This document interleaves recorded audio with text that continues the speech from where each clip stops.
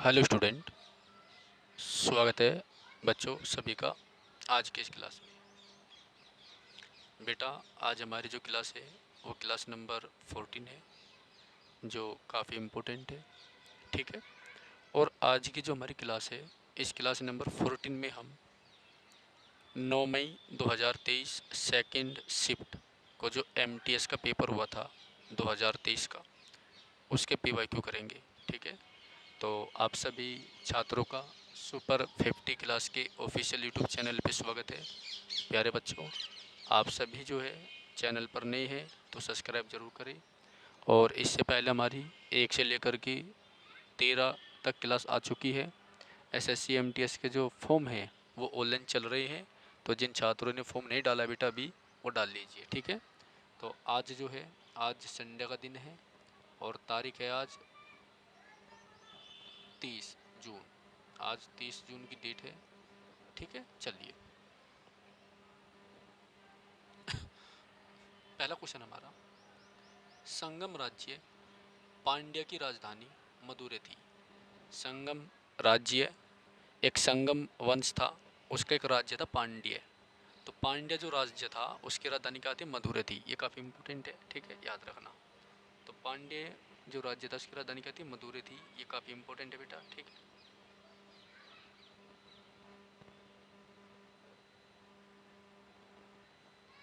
चलिए, नेक्स्ट है दूसरा क्वेश्चन। किस ब्रिटिश अधिकारी के गोली चलाने के आदेश के परिणाम स्वरूप जलियांवाला बाग हत्याकांड हुआ था? किस ब्रिटिश अधिकारी के गोली चलाने के आदेश के बावजूद जलियांवाला बाग हत्याकांड हुआ था? जलियांवाला बाग हत्याकांड हुआ था बेटा, तो उसका नाम था जनरल डायर। नाम क्या था? General Dyer. और ये घटना कब की है? ये 13 अप्रैल 1919 की घटना है। ठीक है। उस दिन जो है बैसाखी का त्यौहार था। 13 अप्रैल को जो है पंजाब में बैसाखी का त्यौहार मनाया जाता है। इस दिन सभी पंजाबी लोग जो है फेस्टिवल मना रहे थे। और इस जलियांवाला बाग में जो है एक शांतिपूर्वक सभा हो रही थी, जिसमें डॉक्टर सत्यपाल सिंह और सैफुद्दीन किचलू को जो है गिरफ्तार कर लिया गया था रोलेट एक्ट के द्वारा। ठीक है। तो जनरल डायर ने जो है इसमें गोली चलाने का आदेश दे दिया था। बहुत सारे भारतीय लोग इसमें मारे गए थे। फिर उसके बाद 1940 में उधम सिंह ने जो है जनरल डायर को 1940 में उधम सिंह ने जनरल डायर को जो है लंदन में जाके जो है गोली मार दी थी। ठीक है। और आफ्टर दैट उसको जो है फांसी पे चढ़ा दिया था। ठीक है। चलिए, नेक्स्ट है, निम्नलिखित में से कौन भारत रत्न से सम्मानित होने वाले पहले संगीतकार थे?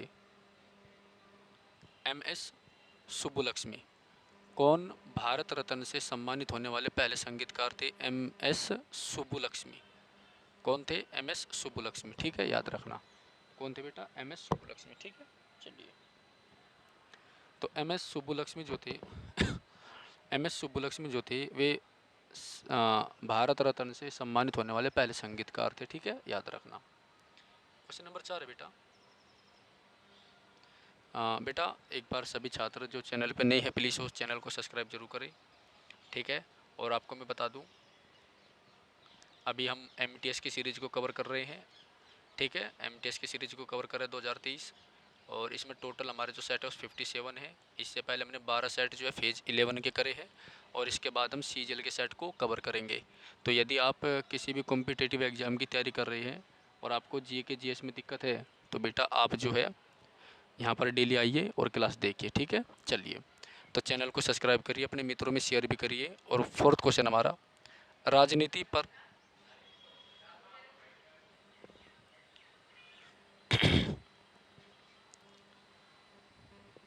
अगला क्वेश्चन है बेटा फोर्थ, अर्थशास्त्र किसने लिखी? तो अर्थशास्त्र जो है कौटिल्य ने लिखी। किसने लिखी? कौटिल्य ने। अभी कौटिल्य कौन था? तो जो कौटिल्य है ना, इसको हम विष्णुगुप्त के नाम से,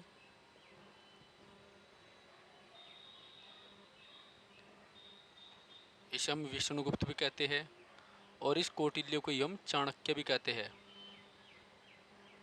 ठीक है। और ये चंद्रगुप्त मौर्य, चंद्रगुप्त मौर्य का क्या था? पीएम था, प्रधानमंत्री था। ठीक है, याद रखना।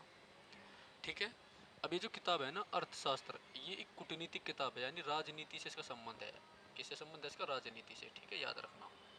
इस किताब का जो संबंध है वो किससे बेटा? राजनीति से, ठीक है। चलिए नेक्स्ट क्वेश्चन की ओर बढ़ते हैं। क्वेश्चन नंबर 5 है, संयुक्त राज्य अमेरिका ने जुलाई 2022 में विश्व खेलों 2022 की मेजबानी की थी। संयुक्त राज्य अमेरिका ने जुलाई 2022 में विश्व खेल 2022 की मेजबानी की थी। भारत में सड़कों में उनकी क्षमता के अनुसार 6 वर्गों में वर्गीकृत किया गया है, ठीक है। नेक्स्ट, निम्नलिखित में से क्या पश्चिमी घाट का एक हिस्सा नहीं है? महादेव पहाड़ियाँ, ठीक है। जो महादेव पहाड़ियाँ हैं वो पश्चिमी घाट का एक हिस्सा नहीं है, ठीक है। पश्चिमी घाट का एक हिस्सा नहीं है महादेव पहाड़ियाँ, ठीक है, याद रखना, बहुत इंपॉर्टेंट है। तो आपके दो घाट है, एक पश्चिमी घाट है और एक पूर्वी घाट है। तो पश्चिमी घाट और पूर्वी घाट जो है नीलगिरी की जो पहाड़ियाँ हैं वहाँ पर आके मिलते हैं, ठीक है बेटा। चलिए, जिस प्रतिबिंब को पर्दे पर प्राप्त नहीं किया जा सकता, जिस प्रतिबिंब को पर्दे पर प्राप्त नहीं किया जा सकता उसे हम आभासी प्रतिबिंब कहते हैं। क्या कहते हैं? आभासी प्रतिबिंब कहते हैं। जिस प्रतिबिंब को पर्दे पर प्राप्त नहीं किया जा सकता, जिस प्रतिबिंब को पर्दे पर प्राप्त नहीं किया जा सकता उसे हम आभासी प्रतिबिंब कहते हैं, याद रखना। जिस प्रतिबिंब को पर्दे पर प्राप्त नहीं किया जा सकता उसे हम आभासी प्रतिबिंब कहते हैं, याद रखना, काफ़ी इंपॉर्टेंट है, ठीक है। जिस प्रतिबिंब को पर्दे पर प्राप्त नहीं किया जा सकता उसे हम आभासी प्रतिबिंब कहते हैं, याद रखना, ठीक है। नोवा है, फीफा विश्व कप 2022 की मेज़बानी कतर ने की थी। फीफा विश्व कप 2022 की मेज़बानी किस देश ने की थी? कतर ने की थी। किसने की थी? कतर ने की थी, ठीक है, याद रखना। फीफा वर्ल्ड कप 2022 की मेज़बानी किस देश ने की थी? कतर ने की थी, ठीक है, इम्पोर्टेंट है। फीफा विश्व कप 2022 की मेज़बानी किस देश ने की थी? कतर ने की थी, ठीक है, याद रखना, बहुत इंपॉर्टेंट है। तो फीफा का मतलब होता है फेडरेशन, ये मतलब जो है ये फुटबॉल का सबसे बड़ा, ठीक है, अवार्ड होता है और गेम होता है, ठीक है। फीफा वर्ल्ड कप बहुत इंपॉर्टेंट है, जैसे हमारा मतलब वर्ल्ड कप होता है ना क्रिकेट वाला, इस प्रकार से, ठीक है। चलिए नेक्स्ट क्वेश्चन की ओर बढ़ते हैं। 10वां,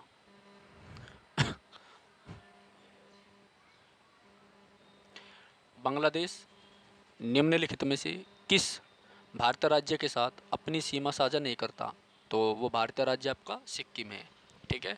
तो बांग्लादेश जो है सिक्किम के साथ में अपनी सीमा को साझा नहीं करता है, ठीक है। सिक्किम की राजधानी क्या? गंगटोक, ये आप याद रखना।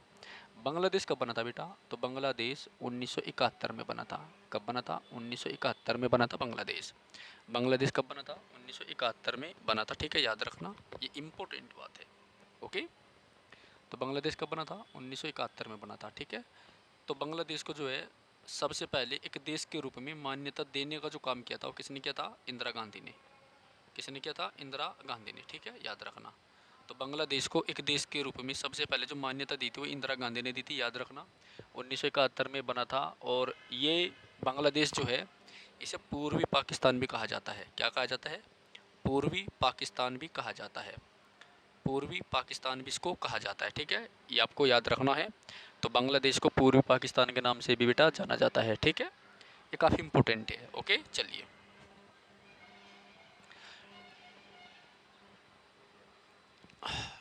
बौद्ध वास्तुकला के संदर्भ में चैत्य का क्या अर्थ होता है? चैत्य, बौद्ध वास्तुकला के संदर्भ में, बौद्ध धर्म की वास्तुकला जो होती है इसके संदर्भ में चैत्य का अर्थ क्या होता है? प्रार्थना कक्ष। क्या होता है बेटा? प्रार्थना कक्ष।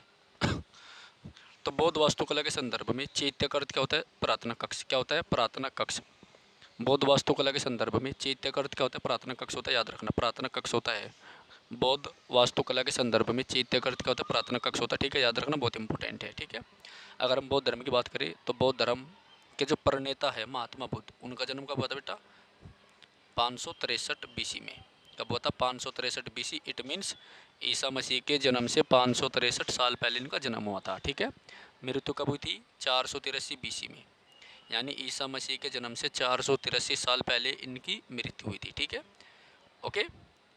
और लगभग 80 साल की उम्र में इनकी मृत्यु हो गई थी। 80 ईयर्स की जो उम्र थी उसमें इनकी मृत्यु हो गई थी। कैसे हुई थी? चुंद नामक जो लोहार था उनके घर पे इन्होंने सुअर का मांस खा लिया था और इनको अतिसार बीमारी हो गई थी। ठीक है, अतिसार जो है एक बीमारी होती है, ठीक है, वो इनको हो गई थी। ओके, कुछ महत्वपूर्ण चीज़ें हैं, जैसे जब महात्मा बुद्ध ने अपना घर छोड़ा था तो उसे महाभिनिष कर्मण बोला गया। क्या बोला गया? महाभिनिष, महाभिनिष कर्मण उसको बोला गया बेटा। ठीक है, याद रखना। जो उन्होंने पहला उपदेश दिया था उसको धर्म चक्र परिवर्तन बोला गया। धर्म चक्र, धर्म चक्र परिवर्तन बोला गया। ठीक है, ज्ञान प्राप्ति को संबोधि बोला गया है। बहुत सारे क्वेश्चन यहाँ से हमारे जीके जीएस वाले बनते हैं। ठीक है, चलिए नेक्स्ट। अक्टूबर 2022 की स्थिति के अनुसार इंदिरा गांधी राष्ट्रीय वृद्धावस्था पेंशन योजना IGNOAPS अक्टूबर 2022 तक इंदिरा गांधी राष्ट्रीय वृद्धावस्था पेंशन योजना के अंतर्गत 60 वर्ष या उससे अधिक आयु के BPL गरीबी रेखा से नीचे जीवन यापन करने वाले व्यक्ति 79 वर्ष की आयु तक की मासिक पेंशन के हकदार है। ठीक है, तो उनको 200 रुपये मिलेंगे। ठीक है, GST बिल में कितने टैक्स स्लैब है? 4। GST जो है उसमें कितने प्रकार के टैक्स स्लैब है बेटा? 4 प्रकार के। ठीक है, तो अगर हम GST की बात करें, सबसे पहले GST लागू की थी फ्रांस ने। किसने की थी बेटा? फ्रांस देश ने। ठीक है, याद रखना। फ्रांस की राजधानी क्या है? पेरिस। और ये पेरिस जो है इसको फैशन की नगरी कहा जाता है और ये सीन नदी पर है। पेरिस कौन सी नदी पर है? सीन नदी पर है। एफिल टावर भी आपका यहीं पर है। Is that clear? ओके, चलिए। उसके बाद फ्रांस में सबसे पहले GST लागू हुई थी। भारत में जो GST लागू हुई थी 2017 में हुई थी, याद रखना। 2017 में हुई थी और ये जो संविधान संशोधन था वो 101वां था। ठीक है, तो भारत में 101वां संविधान संशोधन जो है 2017 में किया गया था, जिसके द्वारा पूरे भारत में जो GST को लागू कर दिया गया था। GST क्या है? What is GST? तो GST क्या है? GST एक इनडायरेक्ट टैक्स है, अप्रत्यक्ष कर है। इनडायरेक्ट टैक्स है, याद रखना। इनडायरेक्ट टैक्स का अप्रत्यक्ष कर है। GST का मतलब होता है goods and service tax. Goods and service tax, goods and services tax. ठीक है, चलिए नेक्स्ट। झिझिया बिहार का एक प्रसिद्ध लोक नृत्य है। झिझिया बिहार का एक प्रसिद्ध लोक नृत्य है जिसे पौराणिक शहर मिथिला में किया जाता है। यह नृत्य केवल महिलाओं द्वारा किया जाता है। संपूर्ण नवरात्रि, यानी जो नवरात्र आप कहते हैं, कंप्लीट नवरात्रि, नवरात्रों के जो नवरात्र आते हैं का यह त्यौहार देवी लक्ष्मी, पार्वती और ये कौन सी है भाई? सरस्वती। तो लक्ष्मी, पार्वती और सरस्वती की पूजा करने के लिए मनाया जाता है। ठीक है, तो मिथिला में जो है ना झिझिया, पहले तो बात यह है कि जो झिझिया है लोक नृत्य, इसका संबंध बिहार से है। ठीक है, बिहार से है। राजधानी क्या बिहार की? पटना है। और पटना कौन सी नदी पर है? गंगा नदी पर है। ठीक है, और पटना का नाम पटना किसने रखा था? शेरशाह सूरी ने रखा था। पहले इसका नाम पाटलिपुत्र था। Is that clear?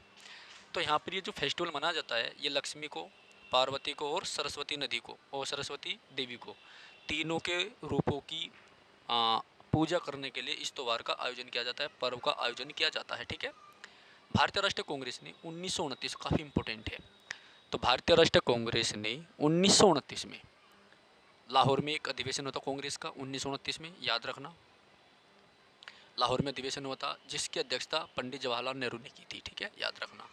तो ये जो लाहौर में अधिवेशन हुआ था, इस लाहौर के अधिवेशन में पूर्ण स्वराज की मांग रखी गई थी। क्या रखी गई थी? पूर्ण स्वराज।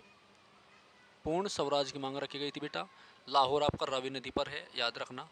और ये रावी नदी जो है लाहौर के पास में कराची से जो है कहाँ पर गिर जाती है? अरब सागर में गिर जाती है। ठीक है, याद रखना, इम्पोर्टेंट है।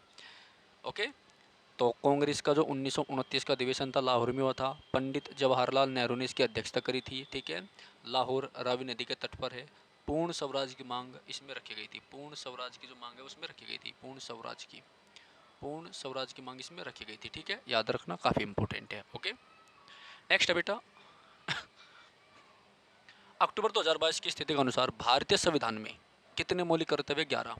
तो अक्टूबर 2022 की जो स्थिति है उसके अनुसार भारतीय संविधान में कितने मौलिक कर्तव्य है? 11। कितने मौलिक कर्तव्य है? 11। अक्टूबर 2022 की स्थिति के अनुसार भारतीय संविधान में कितने मौलिक कर्तव्य बेटा? 11। कितने मौलिक कर्तव्य? 11। ठीक है, 17वां है मुद्रा योजना में एम का अर्थ क्या है? माइक्रो। मुद्रा योजना में एम का अर्थ क्या है? माइक्रो। 18वां क्वेश्चन है किसी व्यक्ति को भारत के उपराष्ट्रपति बनने के योग्य होने के लिए उसकी आयु कम से कम 35 प्लस हो। ठीक है। अब देखो, जो हमारे प्रेसिडेंट है, राष्ट्रपति, इनके अंदर जो योग्यता होनी चाहिए वो लोकसभा में निर्वाचित होने की योग्यता होनी चाहिए।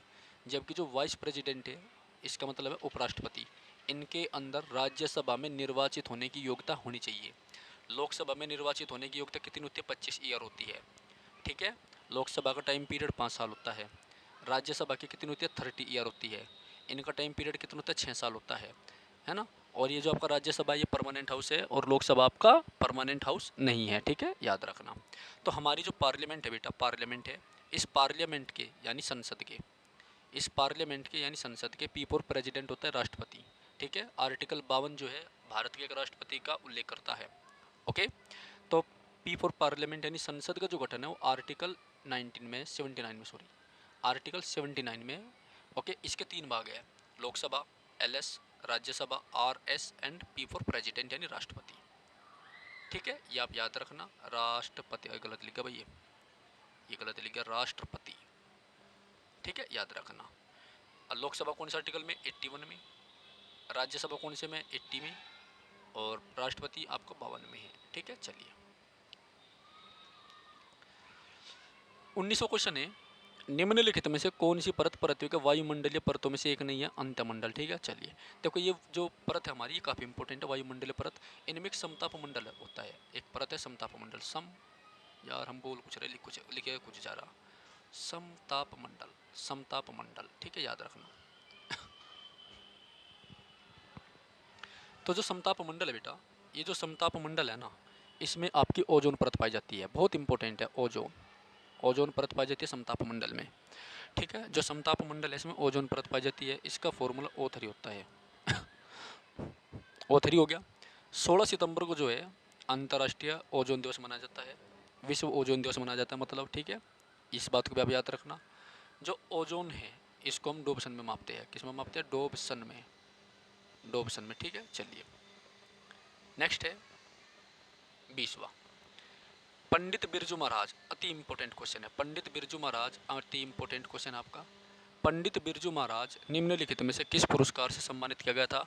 पंडित बिरजू महाराज को किस पुरस्कार से सम्मानित किया गया था? पद्म विभूषण से। किस पुरस्कार से सम्मानित किया गया था बेटा? पद्म विभूषण से। किस पुरस्कार से सम्मानित किया गया था? पद्म विभूषण से। तो पंडित बिरजू महाराज जो है उन्हें किस पुरस्कार से सम्मानित किया गया था? पद्म विभूषण से। इंपॉर्टेंट है, याद रखना।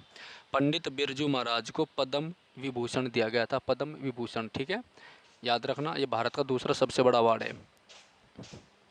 21वां है, भ्रूण की व्यवस्था जिसमें सभी शारीरिक भागों की पहचान हो सके, गर्भ कहलाता है। ठीक है, क्या कहलाता है? गर्भ कहलाता है। ठीक है बेटे, एक ज़रूरी बात सुनिए। देखो, ये हमारी 14वीं क्लास है और इससे पहले हमारी और क्लास आ चुकी है, प्ले लिस्ट बनी हुई है MTS PYQ 57 सेट के नाम से। ठीक है, आप उसको देखिए। और 11 जो पेज था उसके 12 शिफ्ट के क्वेश्चन हमने कवर किए हैं। तो आप सभी से एक रिक्वेस्ट है, प्लीज़ चैनल को सब्सक्राइब जरूर करें। ठीक है, देखो हम आपको जो है ओरिजिनल क्वेश्चन पढ़ा रहे हैं और मैं एक्स्ट्रा फैक्ट के साथ मैं आपको चीज़ें बता रहा हूँ, जिससे आपका GK GS का डर खत्म हो जाए। और MTS में आपको पता ही है सबसे ज़्यादा जो इम्पोर्टेंट रोल प्ले करेगा वो इंग्लिश प्लस GS करेगा। ठीक है, बिकॉज 25 क्वेश्चन आपके 75 मार्क्स के आएंगे और 25 क्वेश्चन आपके GS के भी 75 मार्क्स आएंगे, यानी टोटल सिलेक्शन आपका 150 नंबर पे होगा, जिसमें 1/3 की निगेटिव मार्किंग है। मैथ एंड रीजनिंग जो है इसमें वो होती है, क्या बोलते हैं उसको, नॉन निगेटिव मार्किंग वाली। ठीक है ना, तो याद रखना, इसलिए सारी की सारी शिफ्ट के क्वेश्चन को आप अच्छी तरीके से देखिएगा। ओके बेटा, चलिए तो एक बार चैनल को सब्सक्राइब जरूर कर देना, अपने मित्रों में शेयर भी कर देना, थोड़ा सा ये काम कर देना, बाकी डेली आपको क्लास यहाँ पर मिलती रहेगी। ठीक है। चार्ल्स डार्विन ने जैव विकास की अवधारणा को अपनी पुस्तक the origin of the species में दिया है। किस में दिया है? The origin of the species में दिया है। किस में दिया है बेटा? The origin of the species में दिया है। ठीक है। केंद्र सरकार ने हाल ही में युवा केंद्र सरकार ने हाल ही में युवा 2.0 योजना, युवा 2.0 स्कीम शुरू की है।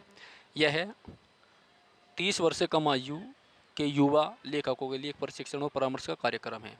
तो केंद्र सरकार ने युवा जो है ना कार्यक्रम शुरू किया है, जिसमें 30 साल से कम बच्चों को जो है क्या करेंगे? प्रेरणा देंगे। चलो छोटे इसको तो गुज्जर परतियार राष्ट्रकूट और पालवंश, गुज्जर परतियार राष्ट्रकूट एंड पालवंश, गुज्जर परतियार राष्ट्रकूट एंड पालवंश, गुज्जर परतियार राष्ट्रकूट एवं पालवंश के शासक कन्नौज के ऊपर नियंत्रण को लेकर सदियों तक आपस में लड़ते रहे थे। कब लड़ते रहे बेटा? सदियों में आपस तक लड़ते रहे थे, ठीक है, याद रखना।